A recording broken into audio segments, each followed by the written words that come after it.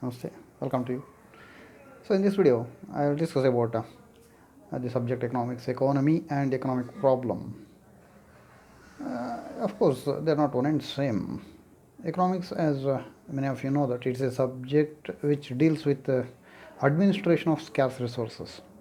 It is the logic of choice, where we have got limited or scarce resources at our disposal, any resource for that matter. If you take the example of natural resources, like water resources, forest, wood, right, and then petroleum products, diesel and petrol, fuel, etc., and then gold, diamond, and silver, iron, anything for that matter. They are all resources which are very limited in supply, and they are not, strictly speaking, limited absolutely.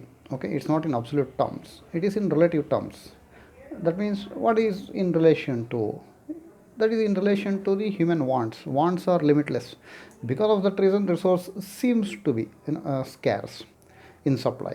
Otherwise, probably if man's wants are very much restricted, then resources are sufficient enough to satisfy the needs of man, but not the greed of man.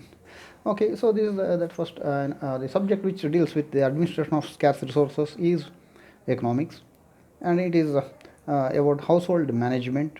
Already that I have discussed in the previous video. Please see it and come in case you have not seen it. And then an economy is not a subject. Economy is a system where economic activities are organized. It is an area where economic activities take place. What are those economic activities? Maybe consumption, production, distribution, exchange, public finance, planning. All such economic variables are in action. Okay, man's economic activities take place in an area which is called an economy. For example, Indian economy, American economy, economy of UK, whatever it is, Japanese economy, anything for that matter. Okay, economy is a system where economic activities are organized. On the other hand, economics is a subject which deals with the administration of scarce resources, a logic of choice, where resources are utilized, put into their best efforts, where the maximum benefit is received by the society. As a consumer, we want maximum satisfaction. As producers, man wants maximum profit, and the maximum benefit is required to the society as a whole. So economics is a subject which gives that logic, which makes man intelligent to reduce the wastages and increase the amount of an output, the quantity and the quality within the limited resources available to him. Alright, then coming to the basic economic problem, as I said already, it is about the scarcity, and scarcity is a relative term, it's not an absolute term. So whenever we take the example of man's wants, which seems to be extremely limitless, multiplicity of wants, so they can never be satisfied with whatever the resources that are available. To give a simple example, you go to a mall, a shopping mall. Okay, you see whatever, everything what you see that you require it, you want it, you desire, you long for it. Okay, you desire, but it's not deserving. Deserving is different. Desire can never be satisfied because they are not limited. Since we don't have limited wants, resources at our disposal seems to be scarce. So can you buy everything? Go to shopping mall and see the t-shirt or jeans trousers and jewels or shoes or laptop or mobiles or anything for that matter. You see anything and everything is required, because we don't have a restriction. Right, we don't restrict our wants. That being the condition, there is no limit for the wants, so we can never satisfy all our desires. So all our wants can never be satisfied due to the limitlessness of the want, and the finance or time or other natural resources, they are all very much limited in supply. They are restricted, that cannot be expanded by any effort of man. Okay, so that is the subject which deals with that is economics, and economy is a system in which economic activities are taking place. And then of course the economic problem, that is the basic problem is scarcity, and there are other three economic issues, that is what to produce, how to produce, and for whom to produce. What to produce is that things required to be produced. This is the matter of allocation of resources. What type of goods and services are required to be produced? Entrepreneurs will require to answer this question.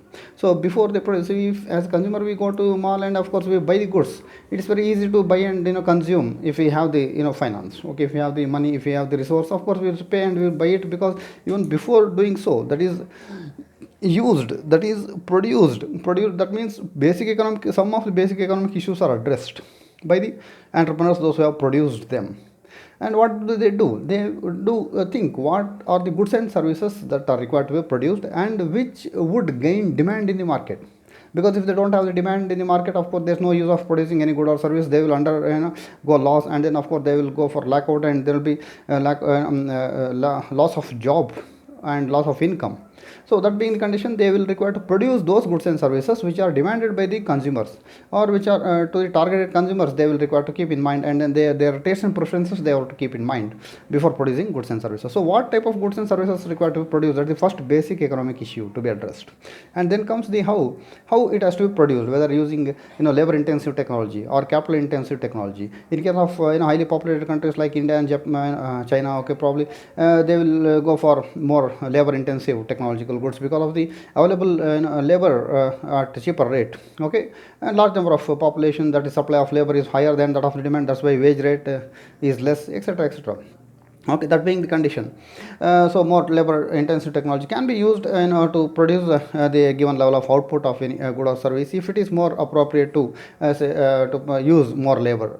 In case of village handicraft, or in agriculture, so in those industries the more labor can be used. And if it is capital intensive, say like automobiles, right? So capital is required, more capital has to be required to be utilized for the purpose of production of goods and services, and more labor won't work there. And nowadays if you see the car manufacturing unit, my goodness, everything is produced by the machinery does all the work, only labor, very few, very limited technical labor force is enough, very limited restricted laborers are sufficient enough.